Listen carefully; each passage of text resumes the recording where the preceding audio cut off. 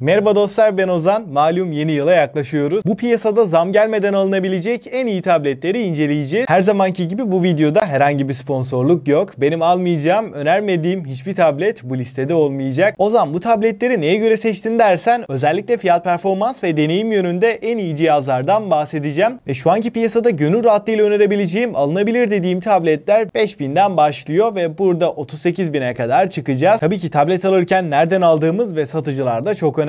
Bu tabletlerin hepsinin en ucuz, güvenilir satın alma linkleri açıklama ve yorumlarda var. Oradan rahatlıkla alabilirsin. Ve bu aralar bir tablet almayı düşünüyorsanız bence hiç ertelemeyin derim. Tablet incelemelerinin devamı için de videoyu beğenmeyi ve abone olup bildirimleri açmayı unutmayın. Destekleriniz benim için çok önemli. Şimdi alınabilecek en ucuz tabletimize başlayalım. Burada HonorPad X9'u görüyoruz. 11.5 inç IPS Full HD Plus bir ekranla gelirken 120 Hz tazeleme hızını 5000 TL bandında bir tablette görebilmek önemli bir artı. Ekranı kullanırken gayet akıcı hissettiriyor. Yonga seti kısmında da Snapdragon 685'i görüyoruz. Oyunlarda düşük orta grafik arasında 30-40 FPS bandında bir deneyim veriyor. HonorPad X9 çok ısınmıyor ancak performans olarak da çok yukarılarda değil. Ama fiyatını oranla düşündüğümde hem ekran hem de performans anlamında kesinlikle yeterli. 6 hoparlörle gelmesi de ses deneyimini, ses kalitesini arttıran detaylardan biri. Kameralarda online dersler, toplantılarda iş görecek düzeyde. İkinci sırada da bu bütçelerde benim favorilerimden Galaxy Tab A9 Plus'ı görüyoruz.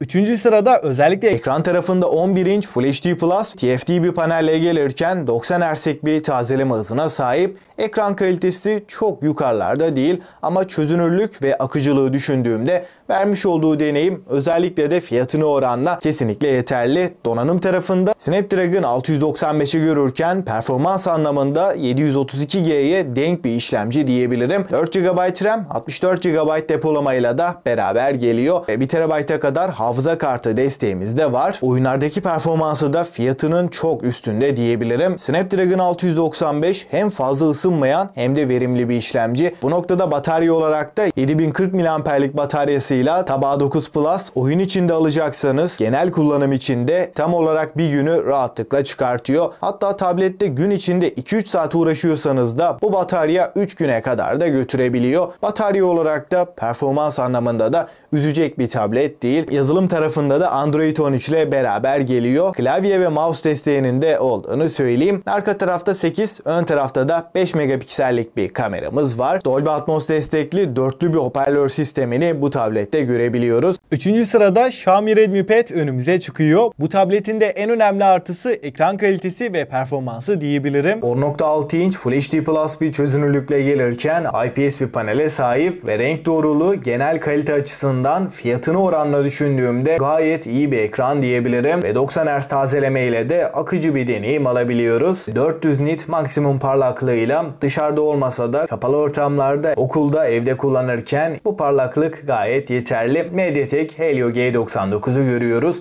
6 nanometrelik bu işlemciyle beraber 6 GB RAM ve 128 GB depolamayla da birlikte geliyor. Pek çok oyunda 60 FPS'i rahatlıkla verebiliyor. Bunun dışında genel kullanım performans açısından da oldukça akıcı ve hızlı bir şekilde çalışıyor. Hiçbir şekilde kasma, donma problemi yaşamıyoruz. Bu noktada performans olarak da üzecek bir tablet değil. Hem arka hem de ön kamera 8 megapiksel çözünürlüğe sahipken Full HD 30 FPS çekimler yapabiliyoruz. Fotoğraf çekim kalitesi ve video tarafında çok bir şey beklemeyin. Bir tablete göre bu fiyat bandında ortalama seviyede. 7.5 mm kalınlık, 445 gramlık ağırlığıyla boyutuna oranla gerçekten hafif bir tablet. 8000 mAh batarya ve 18 Watt hızlı şarj desteğiyle geliyor. Ortalama 8-10 saatlik ekran süresiyle bir gününüzü rahatlıkla çıkartacaktır. Redmi Pad'de stereo hoparlörleri de görürken ses kalitesi ve ses yüksekliği fiyatına oranla iyi bir seviyede ve alüminyum metal bir kasaya sahip. Dördüncü sırada Huawei MatePad 11'i görüyoruz. Klavyeli kılıfıyla beraber geliyor. Klavye aynı zamanda bir kılıf görevi de gördüğünden aldıktan sonra herhangi bir aksesuar masrafımız olmayacak. Ancak bildiğiniz gibi Huawei cihazlarda Google ambargosu var. Fakat Gbox'a beraber bütün Google uygulamalarını bu tablette kullanabiliyoruz. Yani bu tablette Google desteği yok gibi düşünmeyin. Hepsi sorunsuz kullanılıyor. 11.5 inç 2K çözünürlüğün yanında %100 sRGB ve 120 Hz tazeleme ile birlikte geliyor. Performans anlamında MatePad 11.5 fiyatına oranla çok iyi seviyede. Snapdragon 7 Gen bir işlemcisiyle karşılaşıyoruz. 8 GB RAM, 128 28 GB depolamayla da fiyat performans yönünde sağlam bir tablet diyebilirim. Açıkçası bu tarz uygun fiyatlı tabletlerde kamera yönünde çok bir beklentiniz olmasın. Ama 4K 30 FPS video kaydı ve fotoğraf kalitesiyle de kötü bir deneyim sunmuyor. Ve sadece performans ve ekran olarak değil, arayüz olarak da kullanım kolaylığı yönünde de bir bilgisayar gibi kullanabiliyoruz. 5. sırada benim 10.000 bandında favorim Poco Pad ve Redmi Pad. 12.1 inç Full HD Plus 249 ppi piksel yoğunluğuna sahip ve 120 Hz tazeleme ile de birlikte geliyor. Ekranda renkler, canlılık, kontrast oranı, fiyatını oranla da düşündüğümde hiç fena değil ve bu ekran DCI-P3 renk uzayı ve Dolby Vision gibi üst düzey teknolojilerle de beraber geliyor. Ayrıyeten 600 nit maksimum parlaklığa sahip. Ekran yönünde dolu dolu bir cihaz. Donanım tarafında Snapdragon'ın orta segmentteki en başarılı işlemcilerinden yani 7S Gen 2'yi görüyoruz. 8 GB RAM, 256 GB depolama bu sisteme eşlik ediyor. Oyunlarda da düşük orta grafiklerde 60 FPS'i rahatlıkla alabiliyoruz. 10.000 mAh batarya ve 33 Watt hızlı şarj desteğine sahip ve kutu içeriğinden bu adaptör de çıkıyor. Ayrıca bu tabletin Redmi Pad versiyonu da var. Yani nasıl anlamadım dediğinizi duyar gibiyim. Çünkü Poco Pad ile Redmi Pad Pro aynı cihazlar. Aradaki tek fark Redmi ile Poco logosu. Arayüz, ekran, kamera, donanım her şeyiyle aynı. Şu an fiyatları aynı ama bazen değişebiliyor. Hangisi daha uygunsa onu alın. İkisinin de bağlantıları aşağıda olacak. 6. sırada özellikle öğrenciyseniz not tutmak, ders çalışmak için bir tablet istiyorsak kalemiyle gelen S9 FE'yi görüyoruz. Tasarımda, malzeme kalitesinde bir o kadar premium ve şirin bir tablette karşılaşıyoruz. Alüminyum kasa, 10.9 inç QHD Plus 249 ppi piksel yoğunluğuyla beraber burada DCI-P3 renk uzayı 16 milyon renk gösterebilmesiyle ekran kalitesi Tab S7 FE'den de bir adım önde diyebilirim. 90 Hz'e beraber de daha akıcı ve tepkisel bir ekranla beraberiz. Özellikle çizim yapmak, not tutmak için bir tablet alacaksanız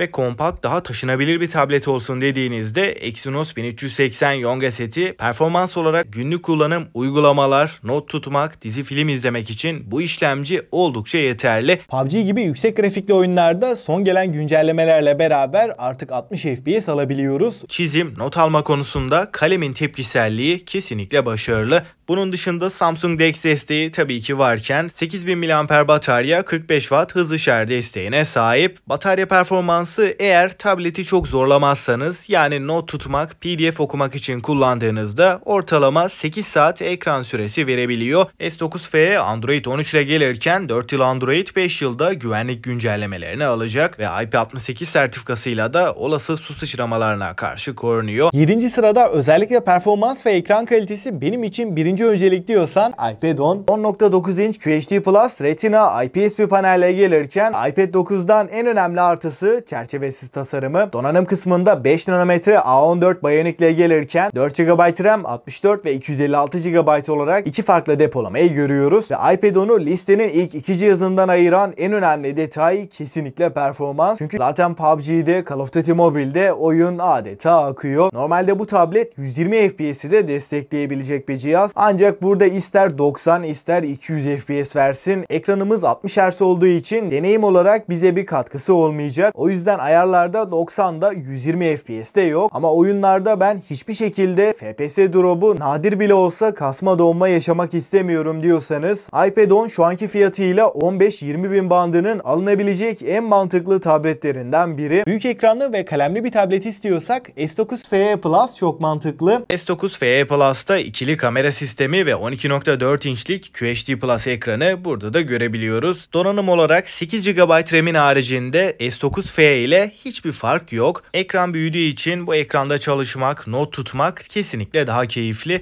Bunun dışında batarya performansı da S9 FE'ye oranla ekran süresi olarak ortalamada 2 saat daha fazla diyebilirim. Büyük ekranlı dizi film izlemek, ders çalışmak için bir tablet arıyorsanız en mantıklı tercihlerden biri. 4 yıl Android, 5 yıl güvenlik güncellemesini bu tablette de görebiliyoruz. Fakat ben kompakt ve performans olarak gerçekten üst seviye bir tablet istiyorsam iPad Mini 7'yi görüyoruz. Tasarım anlamında oldukça şık ve sade bir tablette beraberiz. Yekpare alüminyum bir kasayla gelirken görürken 6.3 mm kalınlık ve 293 gramlık bir ağırlığa sahip. Ekran tarafında 8.3 inç QHD Plus 326 ppi piksel yoğunluğuna sahip. Özellikle piksel yoğunluğu olarak boyutuna oranla gerçekten yüksek bir çözünürlükle geldiğinden tabletler içinde en keskin ekranlardan biri. iPhone 15 Pro Max'te gördüğümüz A17 Pro yongası kullanılmış. 8 GB RAM A17 Pro ile birleşince PUBG, Call of Duty Mobile gibi oyunlarda en yüksek ayarlar 60 FPS oynamak için çok mantıklı bir tablet. Zaten FPS drop'u, stabilite kaybı hiçbir anlamda sorun yaşatmayacak. Bu tableti alıp en az 6-7 yıl herhangi bir performans kaybı yaşamadan rahatlıkla kullanabilirsiniz. 8. sırada genel dengesiyle benim en beğendiğim tabletlerden iPad Air M2'yi görüyoruz. 11 inç QHD Plus Liquid Retina ekranına gelirken HDR10, DCI-P3 renk uzayı gibi üst seviye teknolojiler bu ekranda var. Fakat yine 60 Hz'lik bir panelle geliyor. Şu anda tablet piyasasının tartışmasız en iyi ikinci işlemcisini yani M2 çipi burada görürken 8 GB RAM ve 128 GB'dan 1 TB'a kadar 4 farklı depolamayla da beraber geliyor. Tasarım olarak da gayet ince ve hafif bir tablette beraberiz. 6.1 mm kalınlık ve 462 gramlık bir ağırlığa sahip. Tek elle kullanımı da oldukça kolay. Oyun, üniversite, ders çalışmak, içerik tüketmek, gündelik kullanım, video edit her noktada kullanılabilecek kesinlikle üst seviye bir tablet ve baz modelin 64 değil 128 GB'dan başlaması da önemli bir artı ve şu anki fiyatlarıyla benim kesinlikle favorim. 9. sırada Tab S10 Plus'ı görüyoruz. 12.4 inç QHD Plus Dinamic AMOLED 2X panelle geliyor. HDR10 Plus gibi güzel teknolojiler de bu ekranda var. Donanımda MediaTek Dimensity 9300 Plus'ı görüyoruz. Bu işlemciyle beraber şu anda piyasadaki tüm oyunları en yüksek ayarlar 60, düşük grafiklerde de 120 FPS'i rahatlıkla alabileceğimiz bir işlemci. 12 GB RAM, 256 GB depolamayla da birlikte geliyor. 10.900 mAh batarya ve 45 Watt hızlı şarj desteğine sahip. S9 Plus'ta en önemli fark ekranda yansıma önleyici kaplamanın kullanılması. Dimensity 9300 Plus'ta da oyun içinde alınabilecek bu fiyat bandında rahatlıkla önereceğim bir tablet. Son sırada benim için büyük ekran çok önemli ve Android tarafında alabileceğim en iyi tableti istiyorsam Tab S10 Ultra'yı görüyoruz. Tasarımsal açıdan baktığımda hem önden hem de arkadan S9 Ultra ile birebir tasarımla karşılaşıyoruz. Tabii ki arka kısımda S Pen'i koymak için de bir bölme yapılmış. Gerçekten oldukça hafif ve ince bir tablet olduğunu söyleyebilirim. Tamamen alüminyum kasasıyla oldukça premium bir tablette karşılaşıyoruz. Ekran kısmında 14.6 inç Dinamic AMOLED 2X panel, tabii ki HDR10 Plus DCI-P3 renk uzayı ve 16 milyon renk gösterebilmesiyle muazzam bir ekranla karşı karşıyayız. MediaTek Dimensity 9300 Plus'ı görüyoruz ama 8 Gen 3 ile başa baş bir işlemci diyebilirim. Genshin Impact, PUBG gibi yüksek grafikli oyunlarda, yüksek ayarlarda da 60 FPS, herhangi bir FPS drop'u, kasma, donma yaşamadan gayet stabil bir oyun deneyimi alıyoruz. Özellikle de büyük ekranda oyun oynamayı seviyorsanız S10 Ultra gayet mantıklı diyebilirim. Arayüzde menüde uygulamalar arasında geçerken amiral gemisi bir tablet olduğunu kesinlikle hissettiriyor. Tabii ki Samsung DeX desteği de var. 11.200 mAh batarya ve 45 Watt hızlı şarj desteğiyle geliyor. Dostlar şimdi son bir değerlendirme yapıp favorilerimden bahsedeyim. Bütçem 5000 bandında ise ekran ve hoparlör kalitesi benim için birinci öncelikse HonorPad X9 ama benim için performans ve güncelleme desteği birinci öncelik diyorsan da 8 GB RAM'li Tab A9 Plus. 8000 bandında favorim Redmi Pad, bütçeyi 10.000'e çıkarıyorsak da Poco Pad ve Redmi Pad Pro. Öğrenciyim ve çok büyük bir ekrana ihtiyacım yok diyorsan S9 FE. 15.000 bandında benim için birinci öncelik performans ve ekran kalitesi diyorsan iPad 10. Yine bu bütçelerde kalemiyle gelen, bataryası sağlam ve büyük bir ekran istiyorsam S9 FE Plus.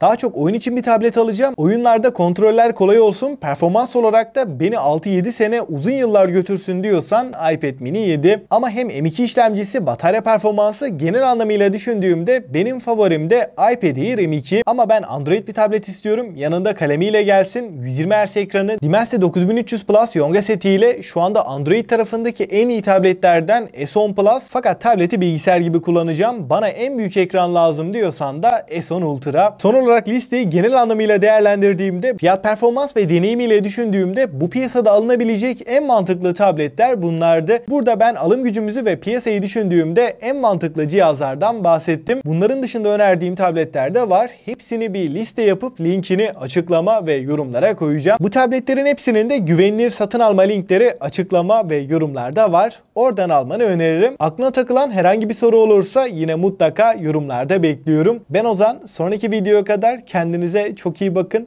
Hoşça kal.